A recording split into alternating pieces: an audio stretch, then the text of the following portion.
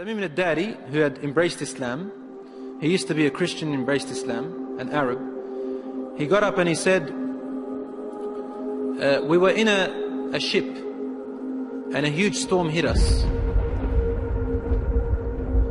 And we were lost until our ship reached an island.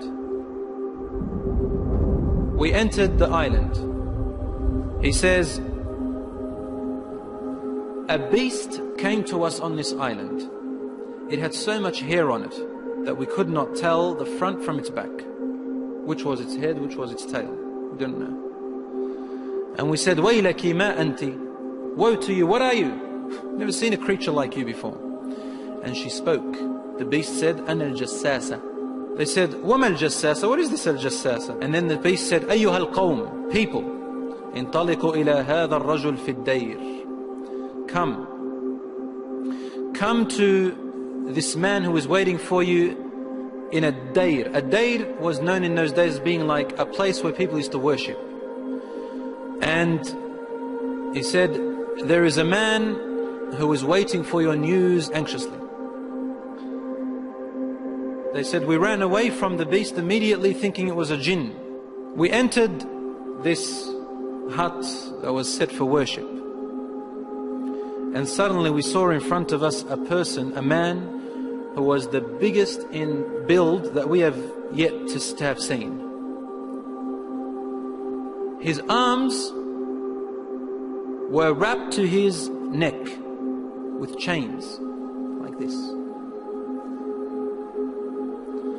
And his head and arms were also chained together to his knees, to his legs, like this. So you can just look up, and he's chained up really well, couldn't move. We said, what are you? And he said, you are able to hurt me because I'm chained up. So it's my right to ask, who are you first? They said, very well.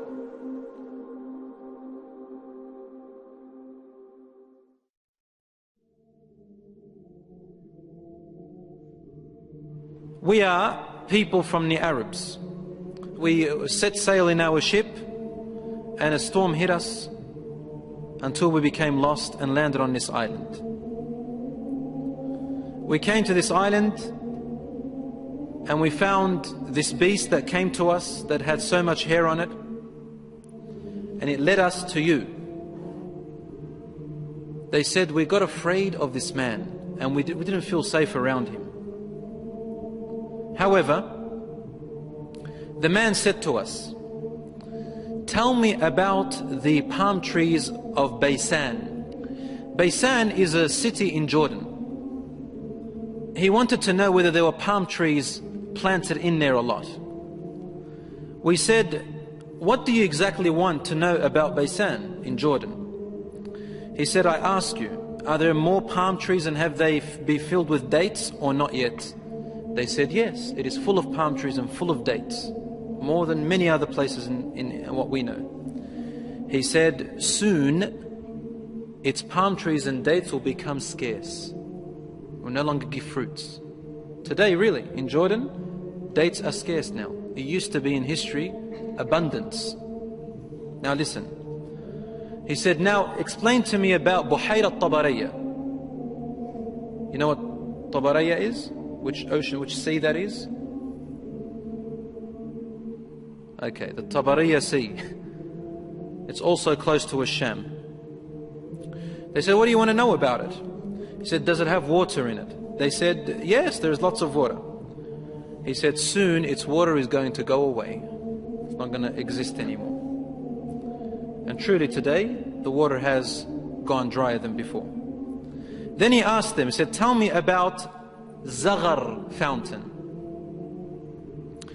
Zaghar fountain, probably about 3 days journey if you wanted to walk away from Jerusalem, Bayt al-Maqdis, that's where that fountain is. So basically in what we call Israel today. They said, what do you want to know about this fountain? He said, well, is there a large fountain and do people plant a lot of vegetation around it and it gives a lot of water yet? They said, yes, it's got a lot of water and its people plant a lot. Tell me about a prophet who is ummi, who is illiterate, cannot read or write. What has he done? They said he has come out in Mecca and now he lives in Yathrib, in Medina. He asked them, have his people fought him? They said yes. He said, what did he do? They said he was driven out by his own people. But he went to another Arab, the Yathrib people and those who embraced Islam with him, and they obeyed him. This man said to them, really? Has that really happened? They said yes. He said, أَمَا إِنَّ ذَاكَ خَيْرٌ لَهُمْ أَنْ يُطِيعُوهُ. He said, behold, it is better for those people who obey him to keep on obeying him. He's actually supporting the Prophet ﷺ. وَإِنِّي مُخْبِرُكُمْ عَنِّي. Now I'm going to tell you about myself. إِنِّي أَنَا الْمَسِيحِ. I am Christ. Isa alayhi salam. وَإِنِّي أُوشَكُ أَنْ يُؤْذَنَ لِي فِي الْخُرُوجِ فَأَخْرُجِ. He said, now very soon, based on the signs you've showed me, I'm going to be given permission to leave and I'm going to come out. فَأَسِيرُ فِي الْأَرْضِ. I will walk throughout the land.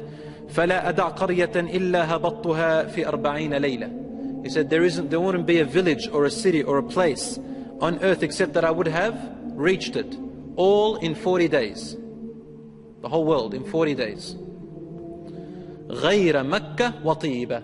All except two places, Mecca and Tiba, Medina. فَهُمَا مُحَرَّمَتَانِ عَلَيَّ كِلْتَاهُمَا. He said, they are both forbidden for me to enter. Now when we say he enters, it means he conquers, takes over. He owns it. كُلَّمَا أَرَدْتُ أَنْ أَدْخُلَ وَاحِدٍ. He goes, every time I wanted to come into one of them, an angel will stand guard holding a sword, and he will prevent me from entering Mecca and Medina.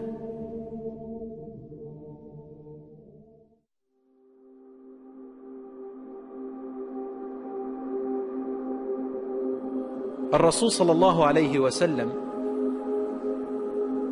started grabbing his stick and sort of he put it close to his hip, sallallahu alayhi wa sallam.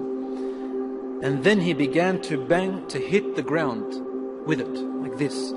But he was sort of tense, sallallahu alayhi wa sallam. Something very important. He was really tense about it. And he hit the floor and he said, أَلَا هَذِهِ طِيبَةٌ. Behold everyone, this is Tiba. Meaning he's pointing, this is Medina. He's in Medina, he's saying, this is Tiba, which you are in right now. He said, didn't I tell you that this man will come out and not be able to enter this land? They said, yes, Ya Rasulullah, because he had told them a lot about it before. He said, the hadith of Tamim al-Dari, wallahi, amazed me as he told me about him. Because it's the same as what I used to tell you about Mecca and Medina. Behold, Dajjal is somewhere in near the oceans, in one of on an island somewhere towards the east of Medina.